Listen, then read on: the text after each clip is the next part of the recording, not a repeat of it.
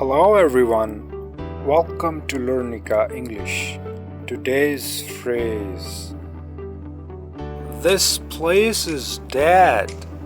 क्या मतलब हुआ? जवाब है ये जगह बिल्कुल बेरौनक है. Example, Wow, look at this place. Everywhere's closed. उफ, ये जगह तो देखो यार, हर तरफ बंद पड़ा है. Yeah, I know. This place is dead. हाँ यार, बिल्कुल बेरौनक है. 1 point. चहल पहल से खाली के लिए बोला जाता है.